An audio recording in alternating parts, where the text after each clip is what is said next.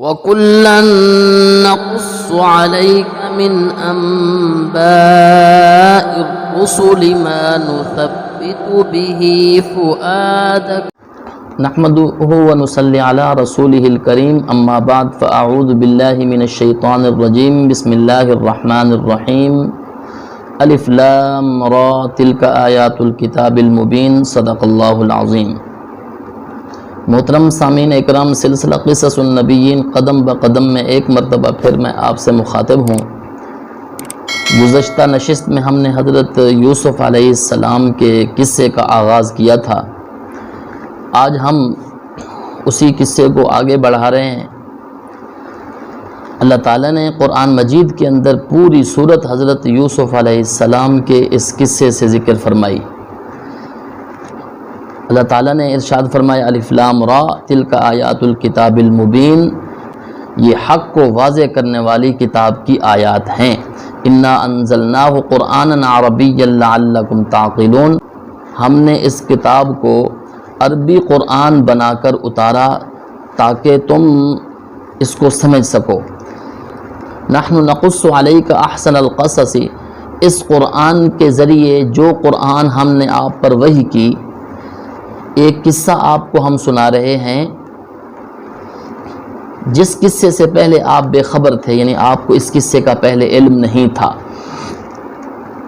اذ قال یوسف، یہ اس وقت کی بات ہے جب یوسف علیہ السلام نے اپنے والد حضرت یعقوب علیہ السلام سے فرمایا ابا جان، میں نے خواب دیکھا ہے کہ 11 ستارے اور سورج اور چاند مجھ کو سجدہ کر رہے ہیں۔ حضرت یعقوب علیہ السلام نے فرمایا اے میرے بیٹے لا تقصص رؤیاک علی اخوتک، آپ اپنا یہ خواب اپنے بھائیوں کو نہ بتلانا۔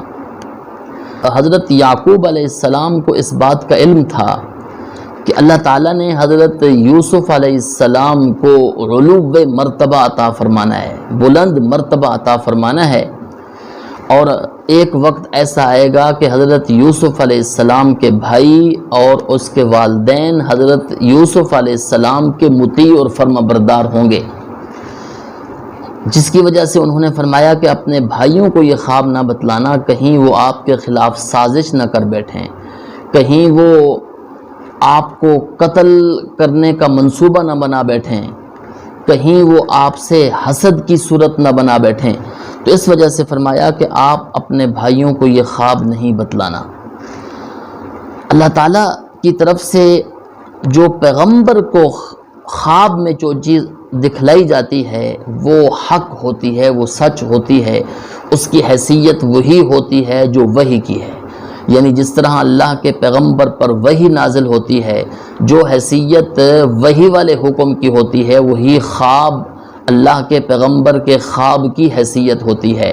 یہی وجہ ہے ہم نے گزشتہ حضرت ابراہیم علیہ السلام کے قصے میں ان کے خواب کا ہم نے ذکر کیا تھا کہ جو انہوں نے خواب دیکھا کہ اپنے بیٹے کو قربان کر رہے ہیں، پھر انہوں نے وہ خواب پورا کر کے دکھلایا، اس کے اوپر عمل کر کے دکھلایا۔ اللہ تعالیٰ نے یہ اگرچہ ایک آزمائش رکھی تھی ان کے لیے، لیکن انہوں نے اپنا خواب پورا کیا۔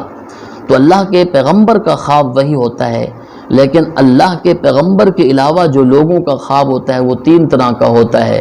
ایک سچا خواب ہوتا ہے، ایک خیالی خواب ہوتا ہے، ایک شیطانی تصورات ہوتے ہیں۔ تو جو خواب ہوتا ہے وہ انسان ہر کسی کو نہ بتلائے، وہ کسی عالم کو، کسی عاقل کو، کسی ایسے آدمی کو جو اس فن کے ساتھ وابستہ ہو، اس فن کے اندر مہارت رکھتا ہو، اس کو اپنا خواب بتلائے۔ کہیں ایسا نہ ہو کہ کسی غلط آدمی کو اپنا خواب بتلا بیٹھے اور وہ جس طرح کی تعبیر بتلائے پھر وہ اسی طرح ہو جائے، جیسا کہ ایک حدیث شریف میں آتا ہے نبی کریم صلی اللہ علیہ وسلم نے ارشاد فرمایا کہ خواب یہ معلق رہتا ہے، جب کوئی آدمی کسی کو یہ خواب بتلاتا ہے وہ جس طرح کہہ دیتا ہے پھر اس کے مطابق ہو جاتا ہے۔ تو اس وجہ سے کسی ایسے آدمی کو اپنا خواب بتلائے جو اس کے اندر، اس فن کے اندر مہارت رکھتا ہو۔ حضرت یعقوب علیہ السلام نے بھی یہی فرمایا حضرت یوسف علیہ السلام سے یا بنی لا تقصص رؤیاک علی اخوتک فیکیدوا لک کیدا، کہ کہیں وہ آپ کے خلاف سازش نہ کر بیٹھیں۔ ان الشیطان للانسان عدو مبین، شیطان انسان کا کھلم کھلا دشمن ہے۔ وہ اس طرح کی چیزوں میں انسان کے ساتھ جو دشمنی کرتا ہے وہ یہ ہے کہ وہ لڑانے کی کوشش کرتا ہے، وہ انسان کو حسد پر ابھارنے کی کوشش کرتا ہے۔ وَكَذَلِكَ يَجْتَبِيكَ رَبُّكَ، اس آیت کے اندر اللہ تعالیٰ حضرت یوسف علیہ السلام کو اللہ تعالیٰ نے جو نعمتیں عطا فرمانی ہیں ان کا وعدہ فرما رہے ہیں۔ وَكَذَلِكَ يَجْتَبِيكَ رَبُّكَ، آپ کو آپ کا رب چن لے گا نبوت کے لیے۔ وَيُعَلِّمُكَ مِن تَأْوِيلِ الْأَحَادِيثِ، بات کو صحیح طریقے سے نکالنے کا جو طریقہ ہے وہ اللہ تعالیٰ آپ کو سکھلائیں گے۔ اس سے مراد جہاں دوسری باتیں ہیں یعنی بات کرنے کا سلیقہ اور بات کرنے کا سلیقہ یا بات کی تعویل کا طریقہ جہاں یہ مراد ہے، وہاں اس سے مراد حضرت یوسف علیہ السلام کو خوابوں کی تعبیر بتلانے کا علم بھی مراد ہے، یعنی اللہ تعالیٰ آپ کو خوابوں کی تعبیر بتلانے کا علم سکھلائیں گے۔ علامہ قرطبی رحمۃ اللہ علیہ نے اپنی تفسیر کے اندر یہ بات ذکر کی ہے کہ حضرت عبداللہ بن شداد کے حوالے سے کہ حضرت یوسف علیہ السلام کو 40 سال کے بعد اللہ تعالیٰ نے یہ علم سکھلا دیا تھا۔ تو کوئی ضروری نہیں ہے کہ فوری اللہ تعالیٰ سکھلا دیں، لیکن اللہ تعالیٰ نے جو وعدہ فرمایا اس کے مطابق دیر سے بھی سکھلا سکتے ہیں، جیسا کہ فرمایا 40 سال بعد حضرت یوسف علیہ السلام کو اللہ تعالیٰ نے خوابوں کی تعبیر والا علم سکھلایا۔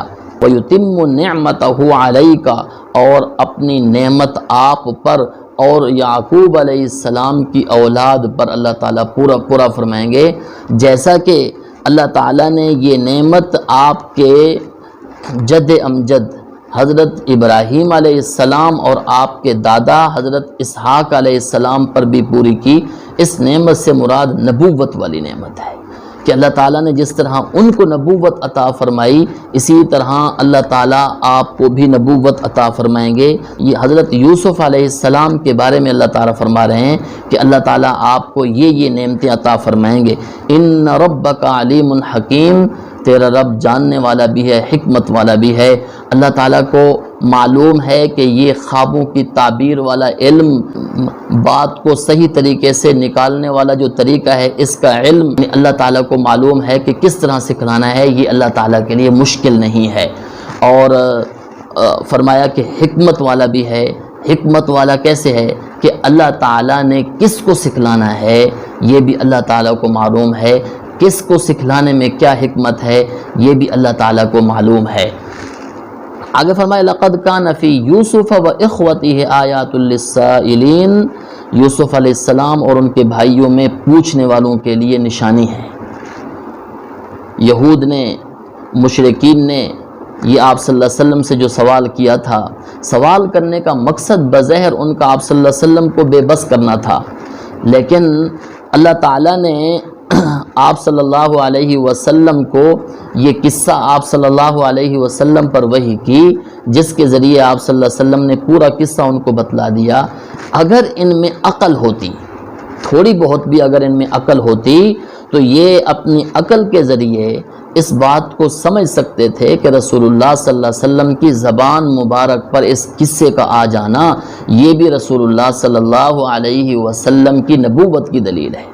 ایک تو یہ بات معلوم ہوئی، اور دوسرا یہ بات معلوم ہوئی کہ حضرت یوسف علیہ السلام کے لیے لوگوں نے جو سازش کی، ان کے بھائیوں نے کی یا زلیخا نے کی، اس سازش کے نتیجے میں فتح اللہ تعالیٰ نے حضرت یوسف علیہ السلام کو عطا فرمائی۔ تو اس وجہ سے فرمایا آیات للسائلین، یہ پوچھنے والوں کے لیے اس میں نشانیاں ہیں۔ ایک نشانی تو یہ ہے کہ آپ صلی اللہ علیہ وسلم کی نبوت یقینی ہے، اگر ان میں عقل ہوتی یہ نہ پوچھتے، اور دوسرا یہ بات معلوم ہوئی کہ اللہ تعالیٰ نے فتح حضرت یوسف علیہ السلام کو عطا فرمائی۔ وآخر دعوانا ان الحمد للہ رب العالمین۔ وَكُلًّا نَّقُصُّ عَلَيْكَ مِنْ أَنبَاءِ الرُّسُلِ مَا نُثَبِّتُ بِهِ فُؤَادَكَ